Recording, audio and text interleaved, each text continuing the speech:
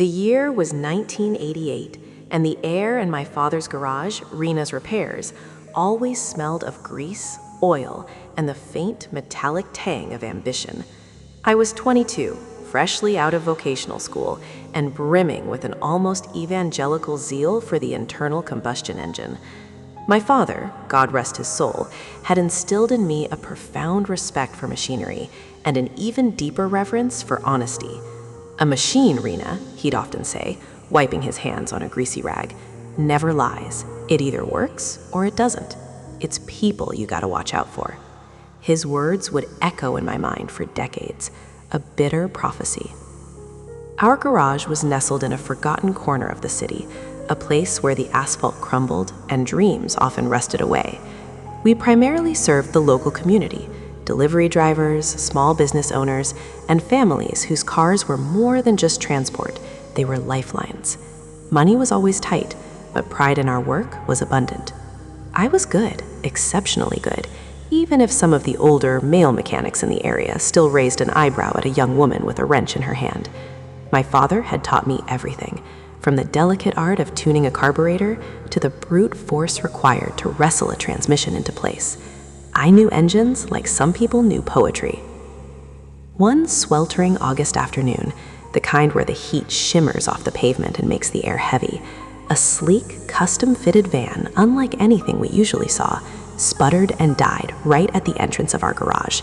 It was a brand new model, clearly expensive, with tinted windows and a custom logo that looked like a stylized phoenix, Phoenix Logistics. 4 young men spilled out, all in sharp suits, their faces flushed with a mixture of frustration and youthful arrogance. They looked like they'd stepped out of a magazine, not a broken-down vehicle. "Can you fix this, lady?" One of them, a tall, imposing man with a hawkish nose, I'd later know as Mark, demanded, his voice laced with impatience. His 3 companions, David, Stephen, and Richard, stood by, exchanging glances, their expressions ranging from disdain to barely concealed amusement. I ignored the dismissive tone. The van was clearly important. I approached it, my eyes scanning, my ears listening to the lingering death rattle. "I can certainly take a look," I replied, pulling on my gloves. "What seems to be the problem?" "It just stopped, no warning. We're on a tight schedule. This is crucial for our expansion." David, a leaner man with nervous energy, chimed in, gesturing vaguely. They spoke of business deals, venture capital, and a revolutionary new delivery system. They were ambitious, yes, but also utterly clueless about the mechanics that powered their grand visions. I opened the hood. The engine bay was pristine, almost sterile, but my trained eye immediately spotted a subtle, almost imperceptible tremor in one of the fuel lines. It was a hairline fracture, a manufacturing defect that was incredibly rare and notoriously difficult to diagnose.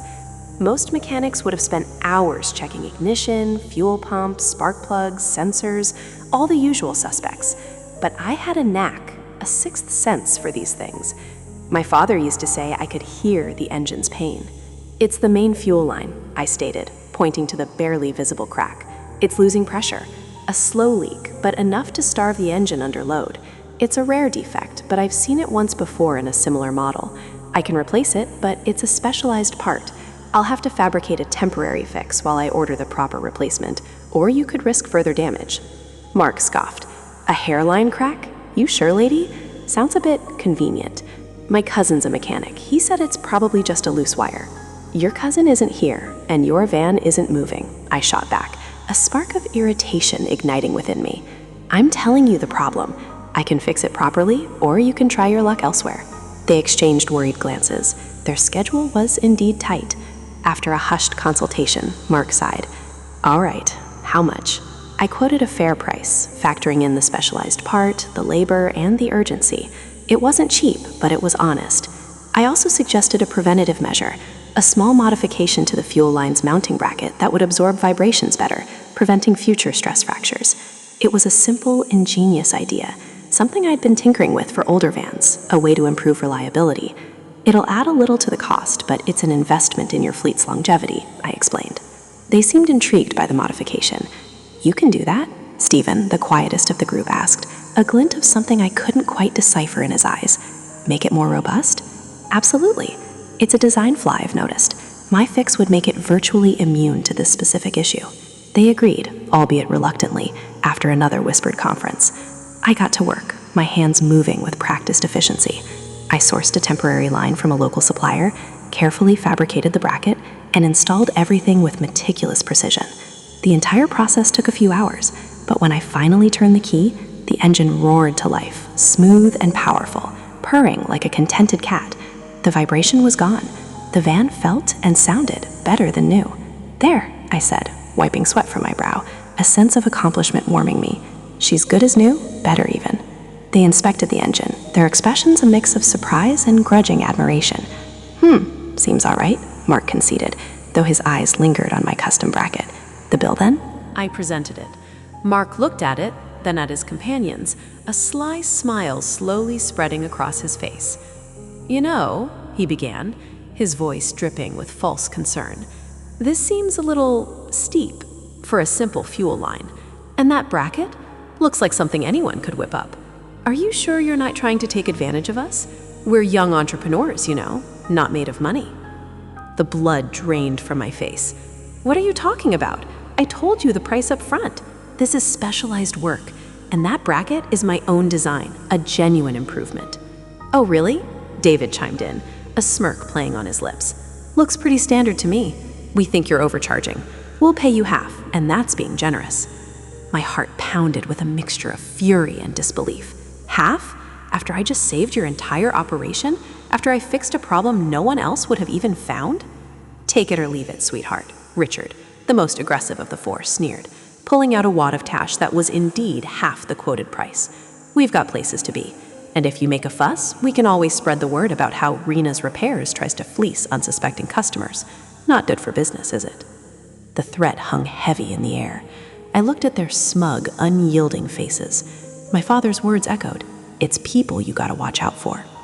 My hands clenched into fists, but I was just a young woman in a small garage facing four well-dressed, intimidating men.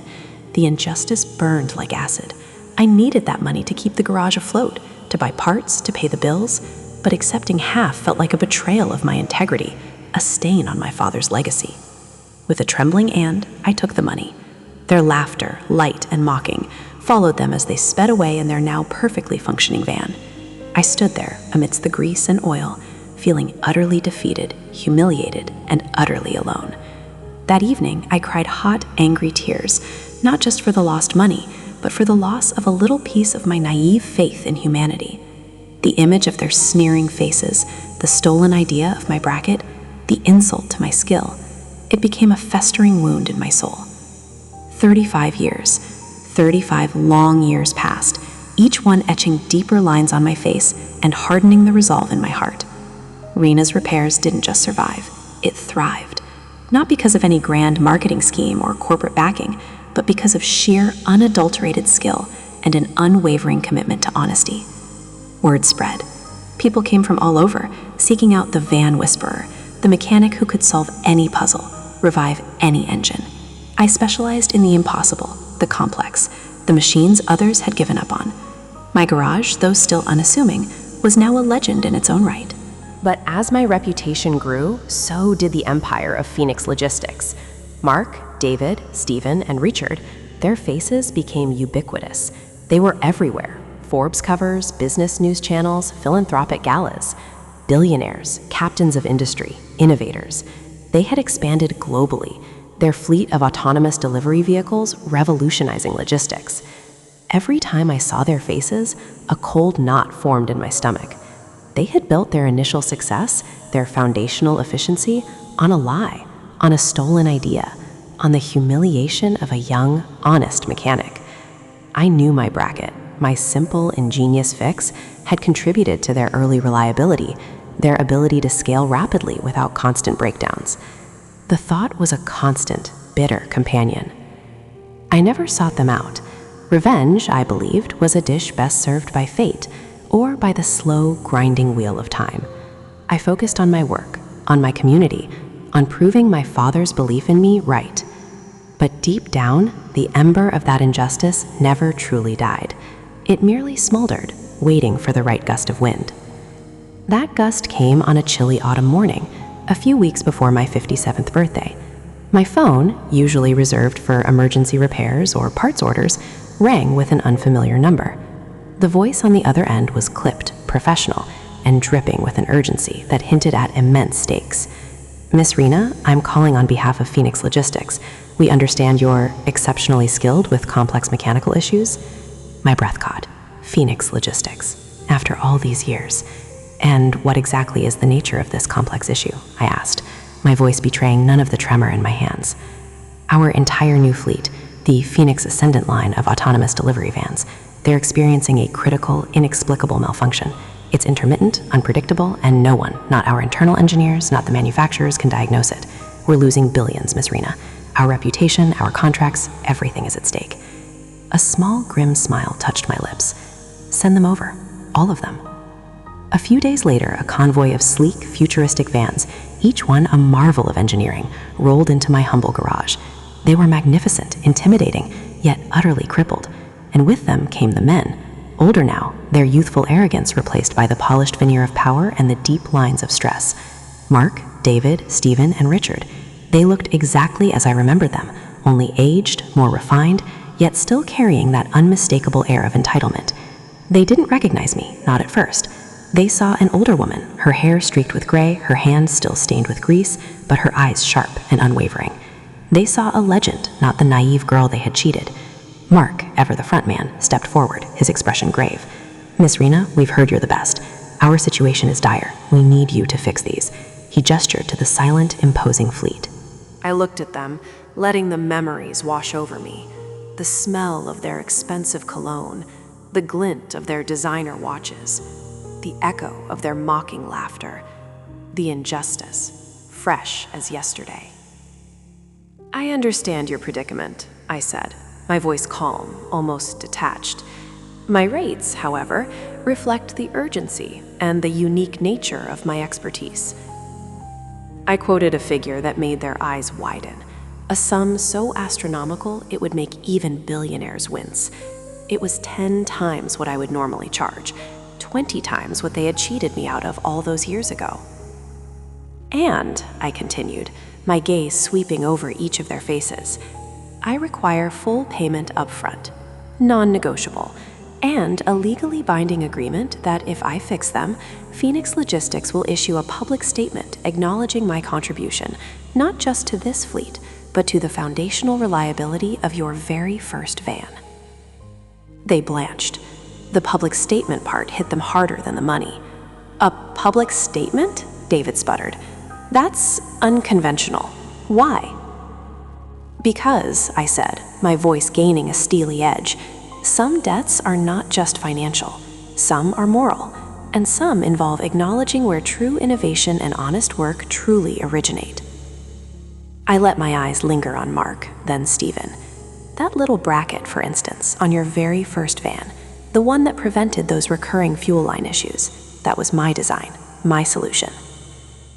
A flicker of recognition, faint at first, crossed Stephen's face, then David's. Mark's eyes narrowed, a dawning horror creeping into them. Richard, always the slowest, just looked confused. The air in my garage, usually filled with the mundane sounds of work, crackled with unspoken tension. The bracket? Mark stammered, his voice suddenly unsure. What are you talking about? Oh, you remember, I said, a slow, predatory smile spreading across my lips. The one you dismissed as something anyone could whip up.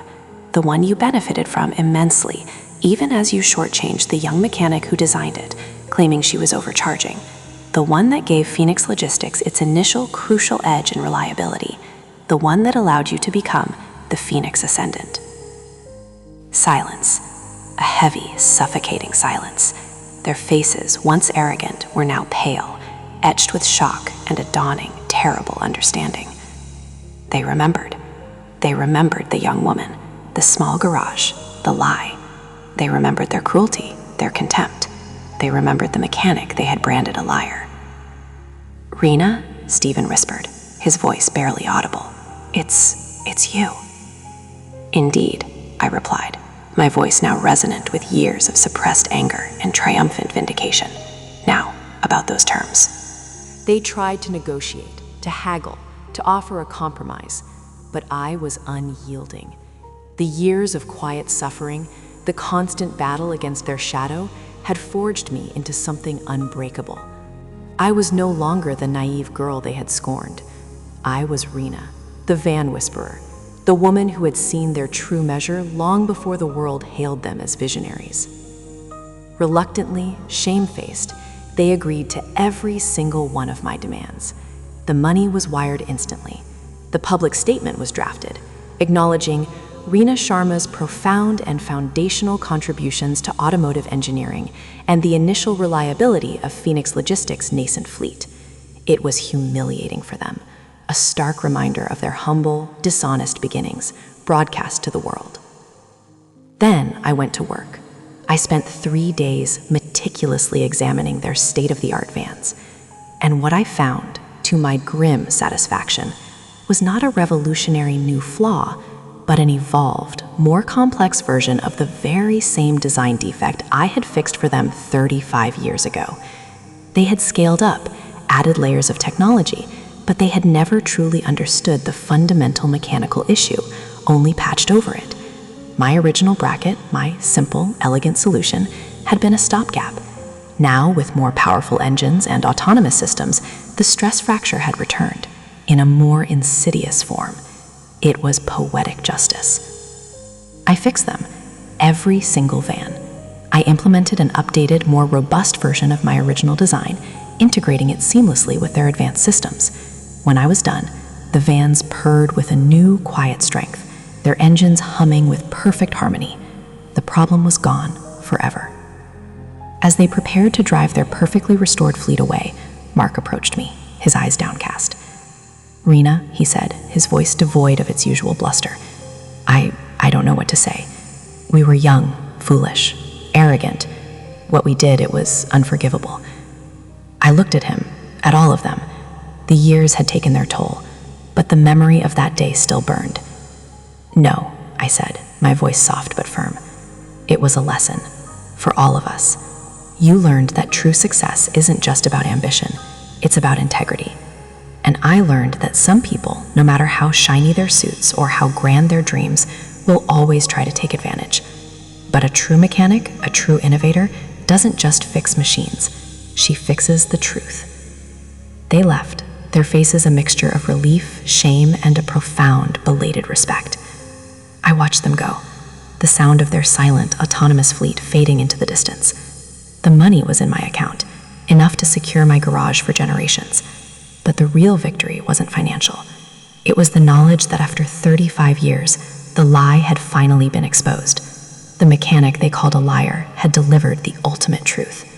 And the phoenix, I realized, had truly risen from its ashes, not for them, but for me.